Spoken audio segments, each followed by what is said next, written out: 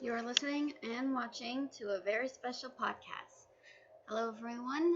I'm Catherine Donovan, your hostess, and I'm going to continue where we left off in Maggie Wolfe's point of view. Enjoy. Carmine and his brother Clovis were in the city today, the Fireburn Hills, or also known as its nickname, the City of Angels. As they were making through, somehow someone put a gun right behind their head. Carmine was frozen. Oh my God, he thought. Can I help you? Don't make a sudden move, got it? Said a woman's voice, a more husky and yet tough-sounding voice. Carmine turned to the woman. She looked pretty hot. She kind of wore a shirt that showed off her midriff, shorts, and kick-ass boots. Whoa, nice. Don't even try to make small talk with me. Now, tell me, where is Maggie Wolfe? We have no idea what you mean, Clovis said. However, he had a gun up to his head, too. It was a black man, and he looked pretty beefy looking, brawn, really muscular. And he looked really dangerous and really scary and someone that nobody wants to mess with. Listen here, he said in a deep voice. If you cause any trouble for us, you're going to be dealing with a lot of pain. Do I make myself clear? Said the guy. You better do what they say, said a polite-sounding young man. He came in from behind and said, I don't think you want to really start a fight here. Especially when you got us, finished another. In that case, we just want to talk to Maggie Wolfe, that is, said a woman's voice. Looking at the woman's face horrified the two brothers. The woman had like scars on her forehead of the temples. She had some on the long side of her face from below. There was even some on her forehead, and the worst part, there was some scars right along her neck and also around her shoulders, which was exposed by a transparent long-sleeve shirt. This could mean trouble. Carmine and Clovis slowly walked back into Evermore. Maggie looked up. Hey, I was wondering where you were.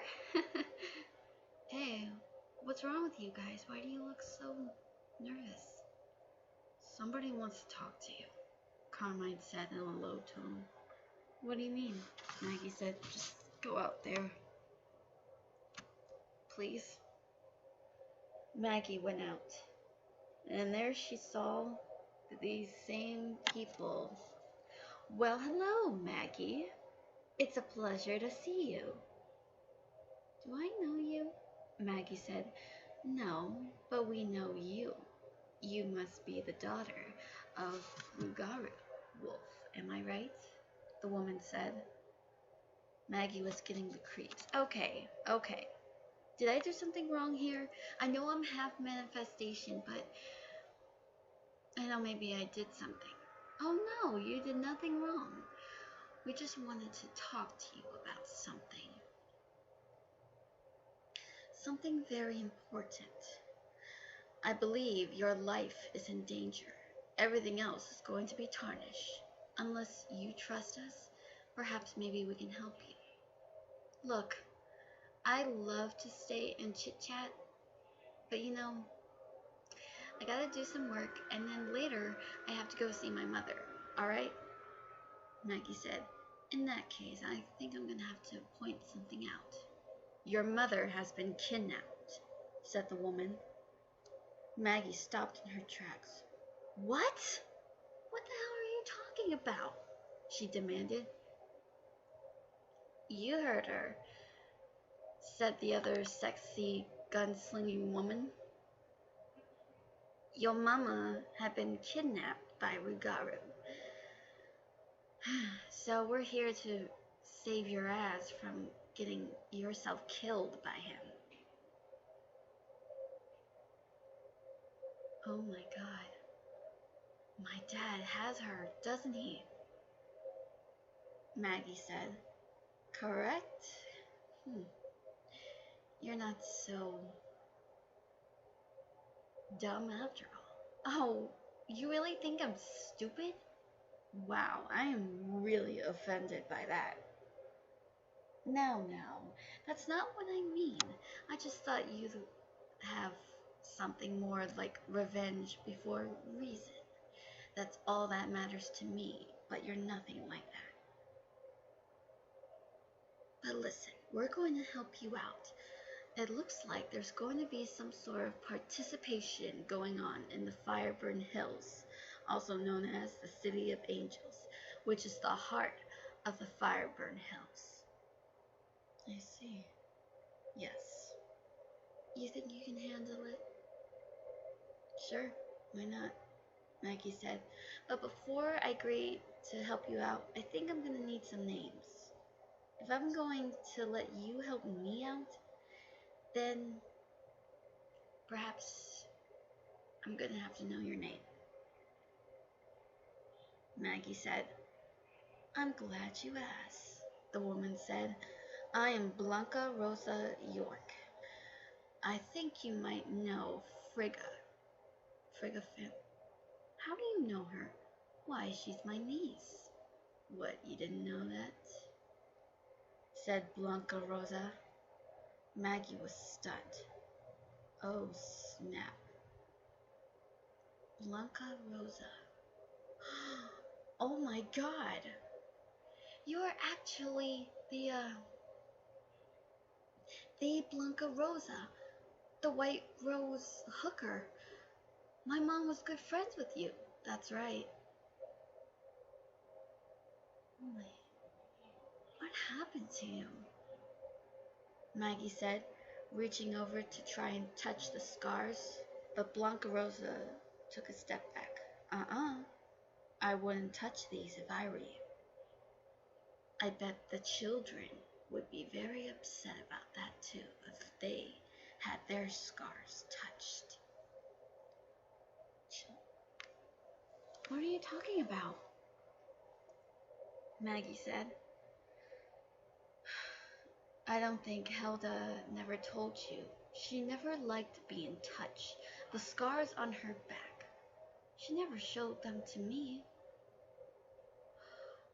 Oh my god. No wonder she hates being touched.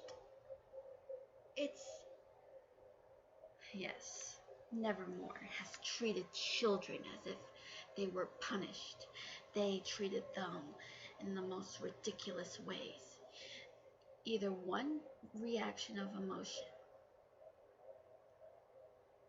Now then, it was like petty crimes, such as, crying, and also for having a hard time making noise. All because they couldn't control their emotions. Is that right? Blanca Rosa said.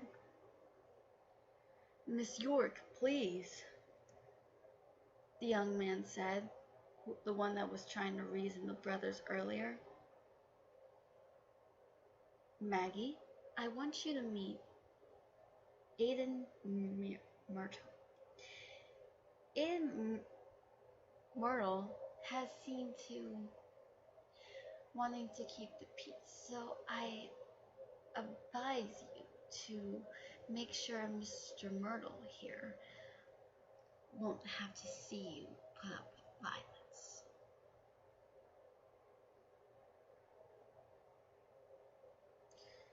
And also, this young lady here, Blanca Rosa said, gesturing over to the sexy gunslinger. This is Nuala Richards. She's one of my best assassins. and the greatest outlaw you would ever meet. And let's not forget her allies. This man here, Blanca Rosa said, pointing over to the big black brawny guy. This is Constantine Thorne. He is one of the best assassins. And if you ever dare to pick a fight with him, hurt an innocent child, or any such sorts, then you're going to be dealing with him.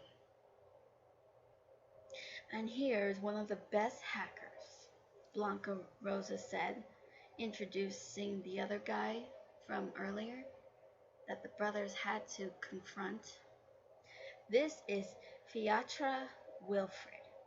Fiatra is one of the most greatest hackers.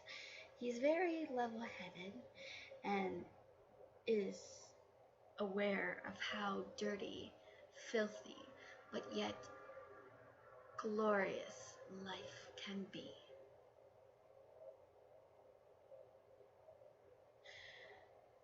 So, now that you met Aidan Myrtle, Nuala Richards, Constantine Thorne, and Fiatra Wilfred,